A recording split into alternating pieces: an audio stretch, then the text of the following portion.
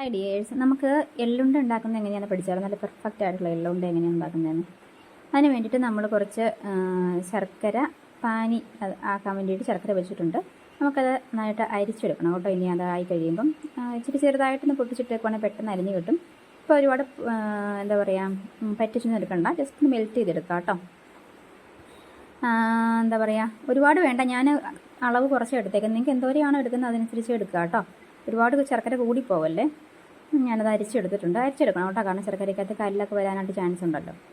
അതുകൊണ്ട് ഇതിപ്പോൾ കുഞ്ഞുങ്ങൾക്കാണെങ്കിലും നമുക്ക് വീട്ടിലുണ്ടാക്കി കൊടുക്കാവുന്നതാണ്. കടയിൽ നിന്ന് മേടിക്കാതെ തന്നെ നമുക്ക് ഉണ്ടാക്കി കൊടുക്കാം. പിന്നെ ഞാനിവിടെ എള്ള് വറുത്ത് വെച്ചിട്ടുണ്ട്. വറുത്തെടുത്ത് വെക്കണം കേട്ടോ, ആവശ്യത്തിന് എടുക്കുക. ഞാൻ കുറച്ചേ എടുത്തിട്ടുള്ളേ.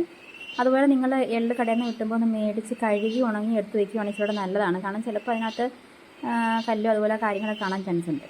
എന്നിട്ട് ഇനി നമ്മൾ ഗ്യാസിലേക്ക് നമ്മൾ ആ പാനിയാക്കി വെച്ചേക്കുന്ന ശർക്കര പാനി എടുത്ത് വയ്ക്കുക. ഇനി അത് പറ്റി വരണം, നന്നായിട്ട് തിളച്ച് പറ്റി വരണം. അത്യാവശ്യം ഒരു നല്ലൊരു ഇതായി കഴിഞ്ഞ് കഴിയുമ്പം അതിനകത്തേക്ക് നമ്മുടെ ആ എടുത്ത് വെച്ചേക്കുന്ന എള്ള് ഇട്ട് കൊടുക്കുക കേട്ടോ.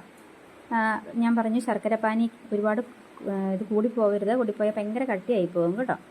നന്നായിട്ട് ഇളക്കി യോജിപ്പിക്കുക. ഇച്ചിരി പറ്റി വന്നോട്ടെ. എന്നിട്ട് നന്നായിട്ട് ഇളക്കി കഴിയുമ്പോഴത്തേക്ക് അത് നമുക്ക് എടുത്ത് ഉരുട്ടിയെടുക്കാവുന്നതാണ്. അപ്പോൾ നിങ്ങൾ നേരത്തെ തന്നെ ഒരു പാത്രം, സ്റ്റീൽ പാത്രം, നെയ്യോ അല്ലെങ്കിൽ എണ്ണയോ പുരട്ടി റെഡിയാക്കി വെക്കുക കേട്ടോ.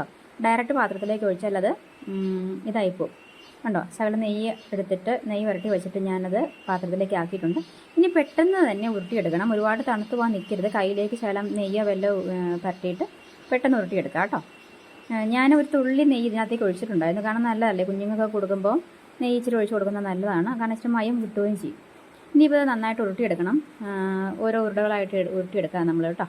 പിന്നെ ഞാനത് ഉരുട്ടിയെടുത്തിട്ടുണ്ട്.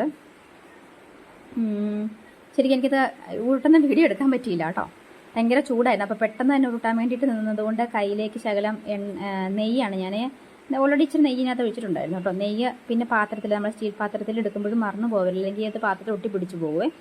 അപ്പോൾ വേഗം തന്നെ നമ്മളത് ചൂട് മാറുന്നതിന് മുമ്പ് തന്നെ നല്ലൊരു ചൂടോട് കൂടി തന്നെ ഉരുട്ടിയെടുക്കുക കേട്ടോ.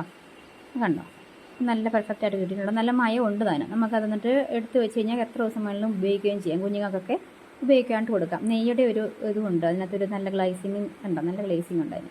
കയ്യിൽ എണ്ണ വരട്ടണം കേട്ടോ, അല്ലെങ്കിൽ ഭയങ്കര ചൂടായിരിക്കും. അപ്പോൾ ഇതിനിപ്പം നമുക്കിങ്ങനെ ഉണ്ടാക്കിയെടുക്കാവുന്നതാണ്. അപ്പോൾ